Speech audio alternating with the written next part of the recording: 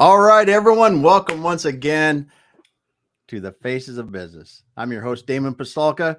I am excited today for our guest, Priscilla McKinney, Littlebird Marketing. Today, we're going to be talking about the importance of clear and effective marketing. Welcome, Priscilla. Hi, I'm so glad to be here. Thanks for having me, Damon. Yeah, it's awesome. It's awesome. I love behind you. You've got a picture of a bird behind you. Yes, I've Imagine got that. birds all over. Are you kidding? Yeah. Birds on the shelf, birds in Put the a bird wall. on it. Put a bird Yeah. on it. Yeah. And you know Okay, so what? let's. You would appreciate the sign that's behind me. It says today begin. And a girlfriend of mine gave that to me after I stood on the sidewalk and watched my entire creative studio burn to the ground. And that was my Uh-huh. first gift she gave me when I put up in my brand new office. And it's just like everything can be so overwhelming. Today, you know what? All you have to do is begin. And I love it. And I know with the way that you talk with owners all the time who sometimes feel very overwhelmed, I knew that you would love that story. Wow. Yeah. That's powerful. That's powerful because I read it and I forgot I didn't put it in the notes, but you you watch your studio burn down. That had to be a heck of a day. Oh yeah. That was very interesting. It was 3 weeks also after we had just gone through the F5 tornado here in Joplin, and so we had lost about 30% of our town in about 20 minutes, and so we had already kind of been through it in town, and then yeah, waking up to that news and watching that, it was quite an interesting year, let me tell you that. Yeah. Yeah. Wow. But as they say, sometimes the process of rebuilding we come up with better. And it's not necessarily a bad thing. It's bad at the time. It's hard to go through, but sometimes we build better. So Yes. Yeah. So let's start back at the beginning, Priscilla. Tell us a bit about your background and how the heck you got into marketing. Well, I am actual cultural anthropologist by trade. And I so, know it's awesome. that is really the study of humans and how we agree to get along and what are the tacit agreements we have. Sometimes we have explicit ones that we might be very, forthcoming with, but we all have hidden stories. We all have hidden motivations. We also have just social agreements. And all of these things come into play when we're looking at marketing. How do I agree that I'm going to believe your claim on your product? Am I going to have an aversion to walking into a, used car lot? All of these things are cultural, right? And they're stories that we have in either from way back machine of our life, things that we have made vows about. I will never do this, or I will always do this. And so that really does affect brands. You think about, standing in front of a brand and you think about, I want to choose something that's more sustainable, or over here I have something, a brand that my grandma used and it smells like her. And so it's like I'm always Yeah. I'm conflicted, but this is the cultural soup that we're swimming in. And so that's really an interesting way to come at, if I were to understand what humans are thinking and feeling and how they go about making these decisions, then I could help orchestrate a clearer path for a marketing message to get through and be along on that journey in a very different way. It's not so overt and beat it over someone's head, which we all know in this current environment, in this modern day and age, nobody wants to be sold to, nobody wants to be screamed at, nobody wants to hear like some stupid claims that we all know are completely bunk. And so because of that, you have to really tailor your marketing message, understanding the culture and the society that we're living in. Just wanted to sit there and take that in for a minute because you said a lot in a very short time frame. If people didn't listen to that, I think they should rewind and go back to that because it is something what you're saying there, really about understanding where we're at today and really the things that are affecting us today. Because even if you look back a year ago, 2 years ago, 3 years ago, certainly before COVID, the the the situations and the way that marketing, uh, the effective marketing, as we're talking about today, the importance of clear and effective marketing, it has to change to the environment and what's happening around us because our attitudes change. Yeah, So 100%. And I think the biggest area where the attitudes have changed for businesses is around social. And you and I know, you're looking at people's P&Ls all day long. You yeah, know the reality of, how powerful whether it's digital ads or social media, you know that there are companies that this is their lifeblood, that they Mm-hmm. have been able to create very effective marketing systems through these platforms. But there are some industries out there who have not been able to crack the code or think they've been exempted from it. Like, for example, maybe manufacturing might think, oh, no, I'm outside the need to have any social influence. And yet we know that they do not get the Yeah. exemption card.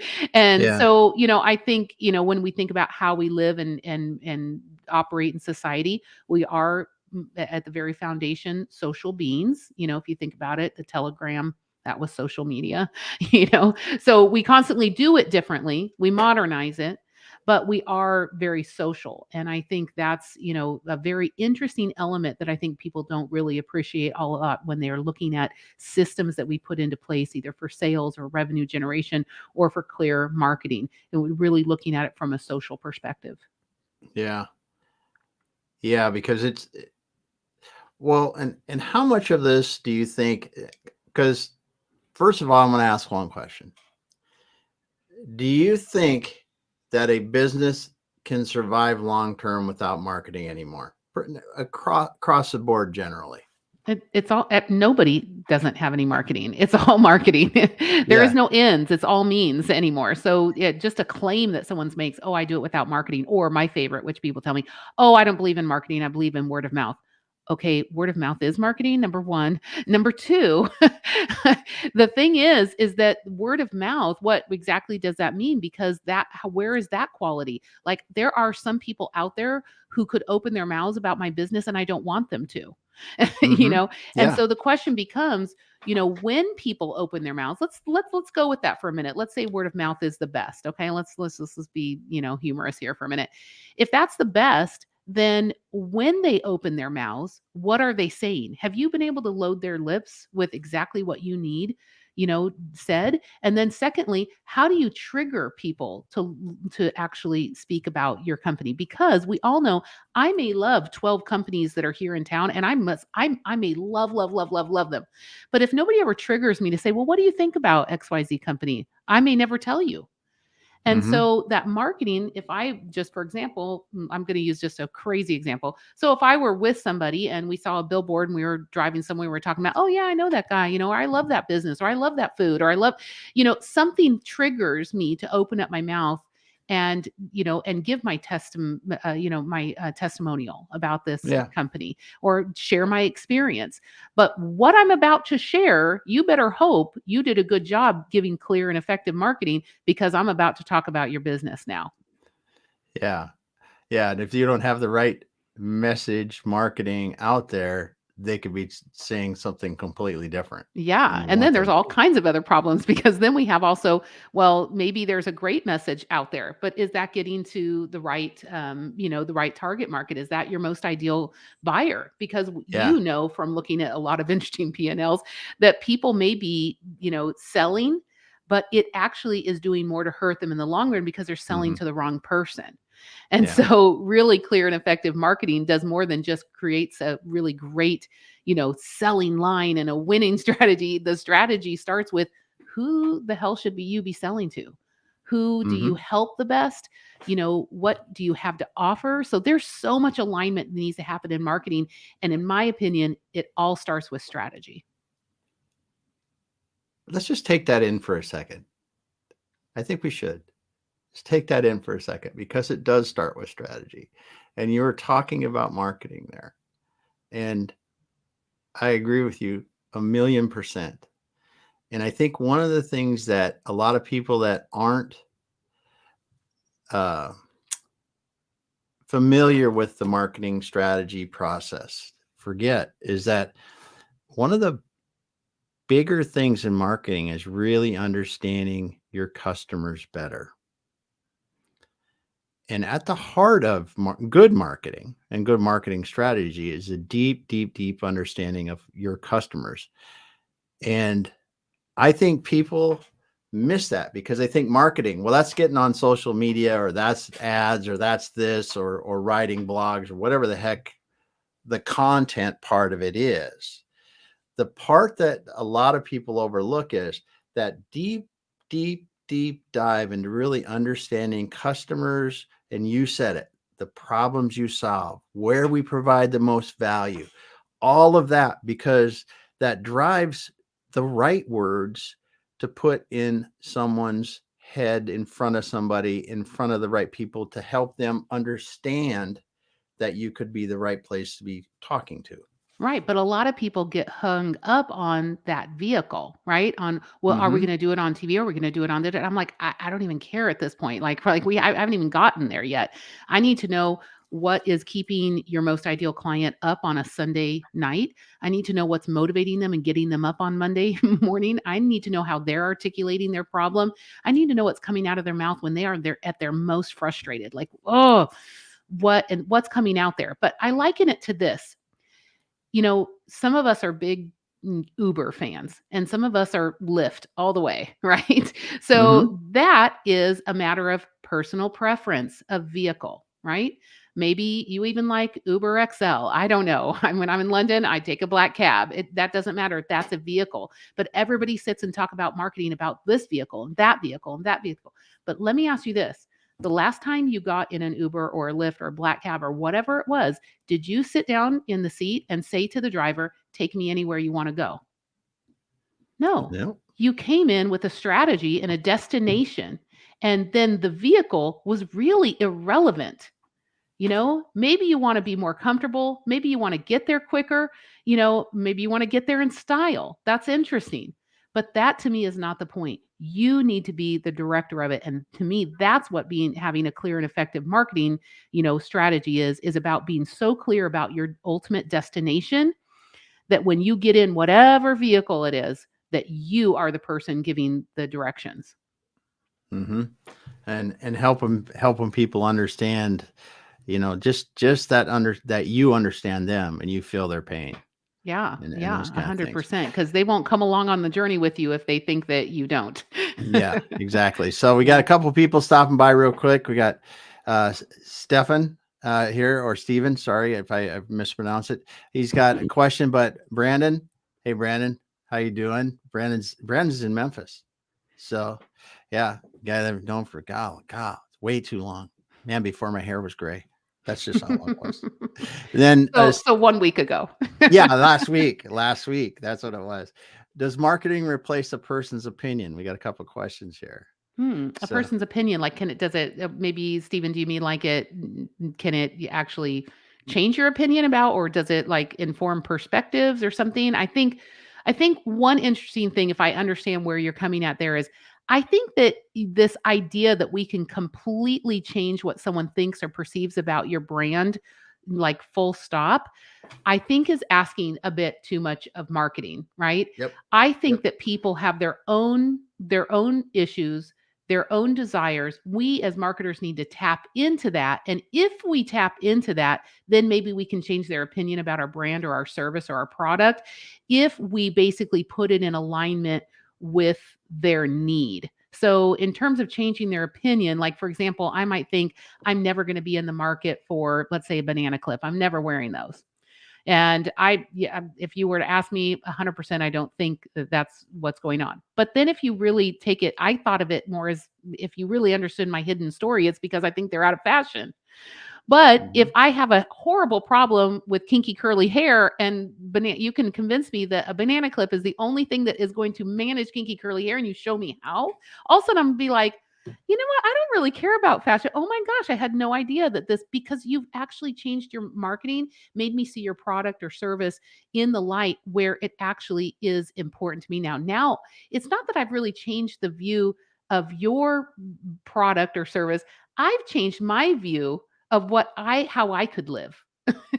And so Yeah. I maybe that seems like, splitting hairs with people, but I think that is a really different approach to things that puts the consumer at the center of the equation, not I'm going to tell her 18 times and put a celebrity in a banana clip and convince her that she should try it because she needs to give up her idea. Yes. And I Yes. have no I have no, money coming in from a banana clip company for this. Yeah. So Yeah. I'm Yeah. not being paid in any way to promote them. Well, and it's interesting too, because somebody, you're talking about the vehicles of marketing, you know, a lot of people think influencer marketing is awesome, right? And for some, it's effective.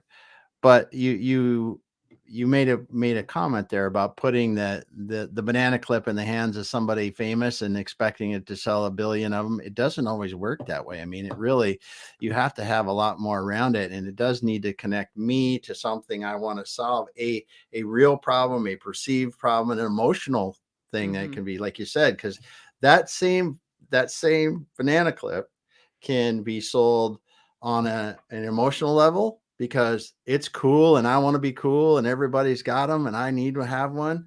It could be sold on a need level. It's because my hair needs it. Otherwise, it's just like, you know, but I have it. It's great.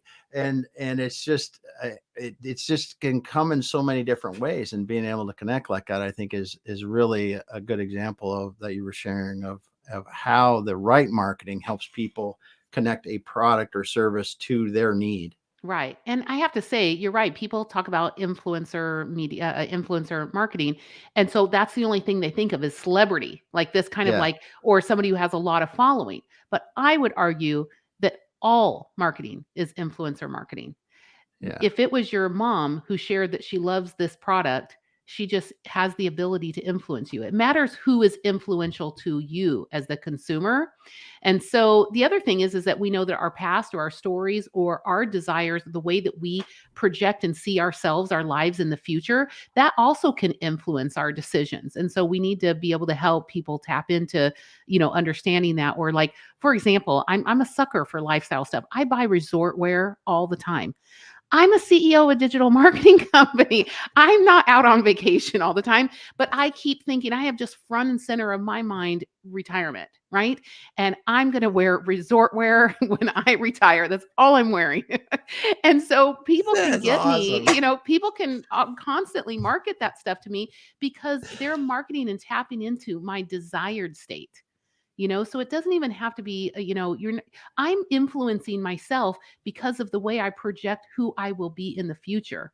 And so there are so many layers here about what is really influencing a buyer in any given time. And that is why we come back to why marketing has to start with strategy. And I find so often that, people come to me and they think, well, we're not doing the right things. These things don't work. And what's interesting is I'm not really interested in engaging in that conversation because those things may or may not work, but they may not be doing them in the right way and they may not be doing them in the right order. And so what Mm. I tell people all the time, and anybody can crib this from me, you never have to work with us at Littlebird Marketing to have this, but we have a system called SOAR, Hmm. SOAR. And what we tell people is first, it's strategy. You do not move on until you have your strategy clear. And that is 100% foundational to your ideal client persona. I want to see, I don't, not in your mind, on a piece of paper with all of the information. What makes them tick? What are they afraid of? What will they not admit to, even their closest friend? How do they, what keeps them up at night? What gets them going in the morning?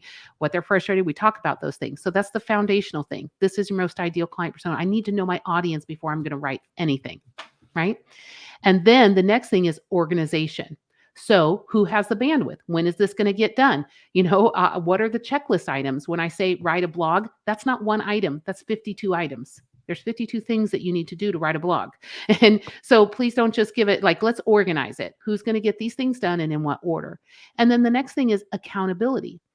Okay, 6 days, 6 hours, 6 weeks after we have all the strategy and we get it organized, someone pops up in a meeting and goes, "Hey, I think we should go to this show, and do this, trade show because we're really desperate for sales." And about, whoa, whoa, whoa, whoa, whoa.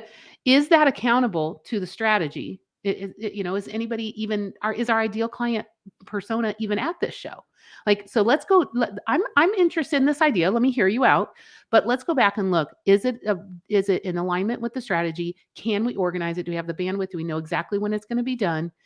And if so, yes. If no, absolutely not. And it gives people the freedom to start saying no to stuff in marketing, which is really key to a strategic journey. And the last thing is our repeatability. At the end, when you've done these things, do you know which ones worked? because you need to double down on the things that worked and you need to quit doing the things that are not generating revenue. So anybody can crib that, and I hope that helps anybody with their marketing. SOAR. I don't care what you're doing. If you take whatever system, whatever little you know, whatever tons you know, and you put it in the right order like that, you will have more success than you did a minute ago. Yeah. Yeah. This is very true. Very true. So a couple things that I would have, I'm sorry, but I'm going to double back a little bit. Yeah, go for it. You are the youngest of 5 girls. Yep. And you guys were singers. You grew up you, with your family, traveled and sang. Yep. That's interesting. I mean, that's yeah. So what do you think that showed you? Well, I first of all, I grew up cross-culturally. So, when I was living in Spain, I'm not a Spaniard, you're an American. When you come back to the States, you're not American, you're someone who's lived, abroad. When I was in boarding school in Germany, you're just a vagrant coming through. It's kind of this never belong and yet feel like you can belong in a lot of places. And so I think that gives me a lot of empathy for people. I didn't grow up in the same house. I don't assume that everybody has my same values, my same perspective, my same worldview. And so as a marketer, that I think makes me very sharp. People do not even see the same symbol, right? Think about, even, icons and symbols. People don't have the same reaction to colors, to, to anything. And so it gives you a real empathy for, people coming at whatever message or plan or whatever it is that you're offering from their own perspective. And if you can't at least open up your mind to understand that people are going to get maybe to the same destination, but maybe many different ways, then you really can't develop a solid marketing plan. And certainly, when you then put digital on top of that and you're not necessarily interacting with the client, right? That makes it even harder. So you have to have digital steps that really also are very are created with empathy for the consumer in mind. So Mm-hmm. growing up overseas and singing for my supper and all those kinds of things made me a hard worker. I'll say that. But I'm always also the fifth of 5 girls, which means that everywhere I went, I belonged. I had my own gang, and so for me, it gave me a lot of confidence, and I didn't need Yeah. other people's opinions. I didn't need to. Of course, we all want to fit in, we all want to belong, but I Yeah. already Yeah. belonged somewhere. And that's a very powerful way to approach your own career, I think. Mm-hmm. I came from a big family as well. I'm on the other end. I'm the oldest of 5, Mhm. but Sorry, that it sucks. Let me tell you, the last one, it's really awesome. yeah, it's a lot different experience, I Yeah, can tell you. sorry. But it's all good. It's all good. But I thought that was interesting because when you look at that and you look at your decision to start down the road being a cultural anthropologist and how that helped you to be, move into marketing and really trying to understand people and understand, because marketing is really about understanding people and what they're thinking and how they're feeling and helping to do that because and someone else that I've talked to a long time ago said sales are emotional. Every sale is emotional. Doesn't matter what it is. It's yes, there's maybe some logic, more or less logic behind a sale, but the decision to buy is emotional. 100%. And the person who thinks otherwise is actually making a far more emotional decision than they than they even know. Yeah. Yeah. Yeah, 100%. Yeah. And I was listening to your talk. I was like, that was something that came in my head. Then the yeah.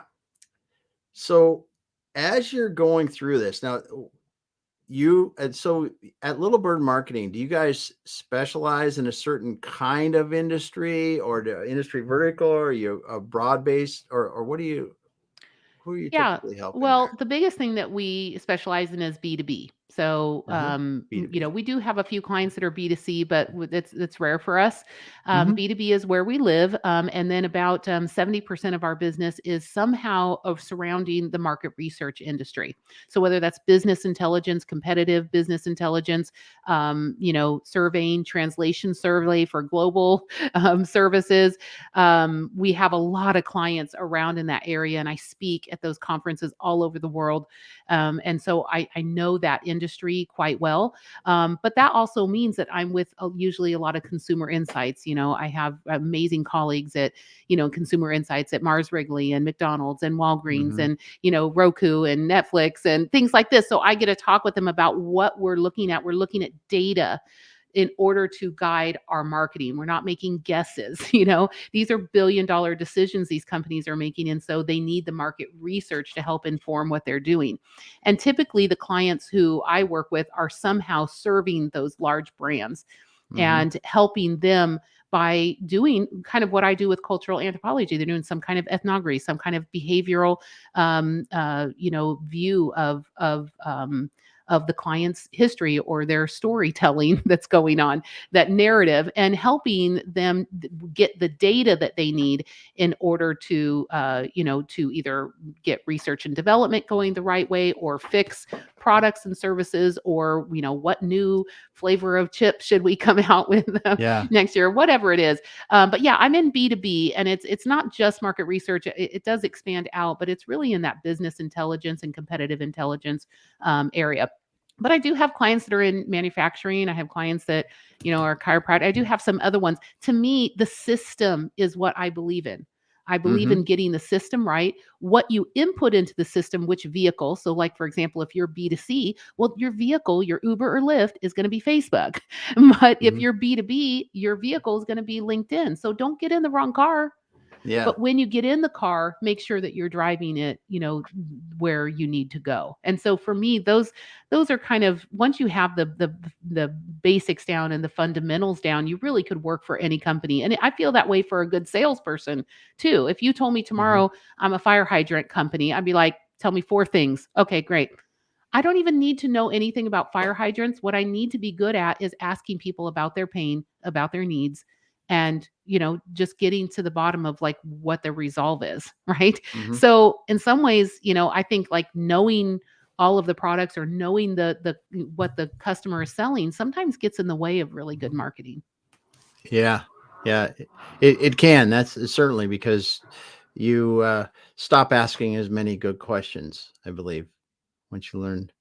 So we were talking about this before we got on live here, but you do work with people, and we were talking about the fact that the face of the company, if that's the founder, the owner, the CEO, you're helping people kind of work beyond that because that severely limits the companies. Let's talk about that a little bit and how that makes a difference in the marketing. Yeah, and I think this is where you and I really connect well, because here you're trying to help people, carve out their own path and to really create their exit, because you and I do agree. If you don't create your exit your way, someone will exit you for you. Yeah. Right? Yeah. Yeah. You may get a notice at some point, Hmm. and you may ignore it for a while, but at some point you will exit if you are not busy making your plan about what really is going to happen.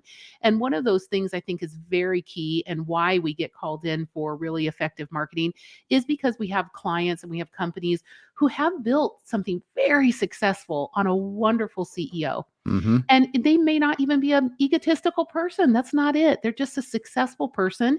And, that's great. That's awesome. But then when you think about trying to exit and sell your business, if you have an entire sales structure and the sales mechanism that's going on, in house is built around the CEO's personality, you've got a real problem, because Hmm. no amount of marketing is going to solve that, right? So Yes. people like throw money at marketing, be like, okay, well, I'm still over here being selling president. And but then I need someone else to start this other, marketing that's without me. Those are two like really diametrically opposed approaches. And there is a lot of room in the middle. And so what we do is we do create those foundational systems underneath the CEO and say, look, the CEO is not my most ideal client. I don't really want to talk to a Yeah. CEO. I want to Yep. talk to somebody in the C-suite or like a high manager who is who has a vested interest in this company succeeding without the CEO. And I want them to be very revenue minded. They're that kind of ideal person who thinks of the money as their own. It's not their own, but they think of it that way. And they are interested in revenue. They will do whatever it takes. And they also don't feel like, oh, it's my special baby, right? So they're Yeah. willing to let you, call their baby ugly a little bit. And they're willing to let you change a couple of things and have hard conversations because that's hard for a CEO to do. I know I'm one, Yeah. right? You do. And so we need to have those kinds of important people to help us build systems around CEOs so that they can exit at some way. Hmm. And one thing I do that really is an in between is we come in and we teach cohorts of typically 10 people at a time, and we teach teams how to really engage in social selling. And that's about building their social influence. And for us in B2B, that's happens largely on LinkedIn. It could be on Twitter. But it's about individual people really becoming influencers. I want to be a thought leader. We know that B2B buyers are 57% of their way through their buyer's journey Yeah. before your company even knows they're looking. Yeah. And we also know that B2B buyers are reading 14 pieces of content trying to figure it out because what do? As soon as we want to know something, we thumb it, right? We get on our phone and we Google it. Right? It doesn't matter if you're a CEO, if you're a 12-year-old girl, you're going to Yeah. get on your phone, you're going to Google it. And so when you find your 14 pieces of content, whether it's because you want to find a banana clip or say you want to buy a $350,000 market research study, you are going to Google something and you're going to read probably 14 pieces of content before you make a decision. And those pieces of content are helping you define your requirements for what you're about to buy. And so I always ask clients, like, of those 14 pieces of content, how many belong to you or your salespeople? And the Hmm. answer is usually none, right?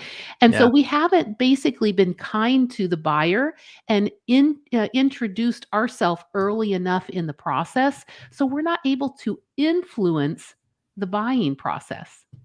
And yeah, we're an order taker. If they finally call us and be like, yeah, I'm ready to buy that, that backhoe. Sure, I'll send it to you. But what company is going to thrive and really be able to be sold at a high multiple when they're all order takers? Like they're Yeah.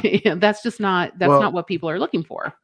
and one of the things too, that if you are just that default choice or something, or somebody they just found without going through the process of reading those 14 pieces of content, uh, they're going to be much more price conscious. Yeah, But it's yeah, like, hey, I'm buying this pen. It's a pen. right. Yeah. It's a Yeah, pen. who cares? Yeah, but Who if it's cares? built on relationship and Yeah. they're, then that's gonna be very different. And I notice here, Steve is asking, are the influencers always right? Well, no. And you know what? If that influencer isn't right for you, you don't follow them. They don't Yeah. influence you very easily.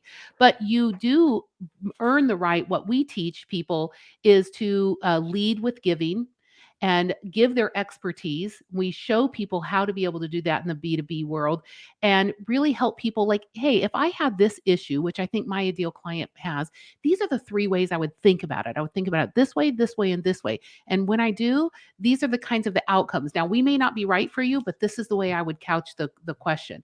And then I'd be helpful. And I don't sell myself, right? So Hmm. when people talk about are influencers right or wrong or whatever, you're talking about like celebrity influencers who are getting paid to push, gut milk. Okay, hey, of course, this is right for you. This is right for you. This is right.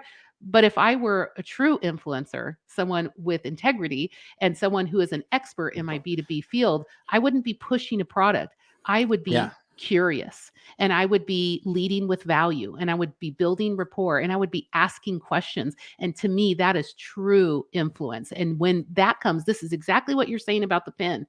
At the time when I have given, and you are ready to buy that, you're not going to ask me how much that pen is. You're going to say, Priscilla, I Hmm. just cannot wait for you to come bring that pen over here Yep. I'm and ready to show me buy it for I me. am like, I just have to have it, you know? Yeah. And that's really what we teach people at a high level, to do.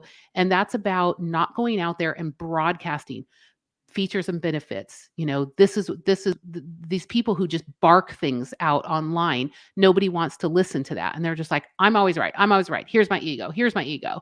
As opposed to here's something helpful. Here's something helpful. And, constantly showing people that they are interested in them and in their problem. And so it's through that process we teach people how to do that online, how to get visible, how to use the algorithms to their benefit, and how to just be a wonderful human that earns the rapport and makes the sale. That is it.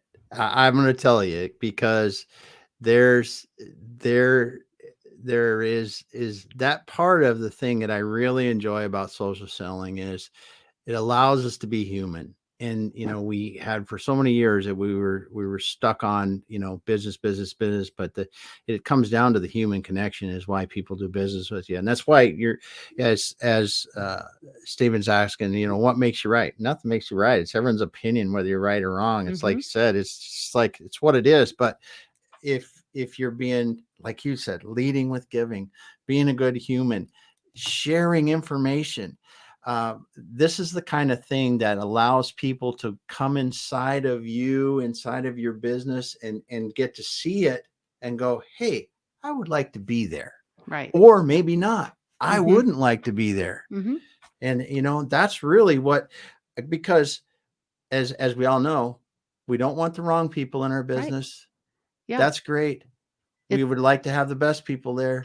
Everybody wins. I don't want someone who wants me to beat them over the head, and there are very few people who want that, but that's not ideal for me. I want someone who wants to cultivate the long-term relationship and wants to rely on my expertise, but yet knows that I'm going to come in and ask some key questions and knows that I'm going to challenge some things pretty hard, but also, I'm going to listen. And I think that's super different. So we teach cohorts, how to do that. So for the effect of saying, let's build a successful sales team that is a firm and sustainable lead gen system that is outside of the influence that maybe just the CEO had at one time.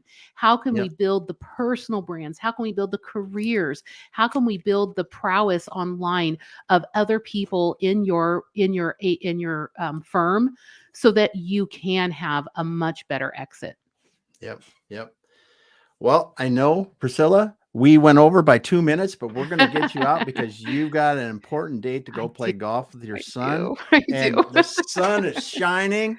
Go have some fun. But I just want to say thank you so much for being here on the Faces of Business today. It was awesome talking to you about the importance of clear and effective marketing. I learned a heck of a lot. And I just want to thank Stephen for being here, Brandon for being here, all the questions, the people that didn't comment but are listening. Hey, appreciate you. Priscilla, thanks so much. You're welcome. Have a great day, Damon. Yeah, we will be back again. Let's see. I had to think what day of the week it is. That's bad. We'll be back again next week with more guests talking about things that are interesting for executives. Thanks, everyone.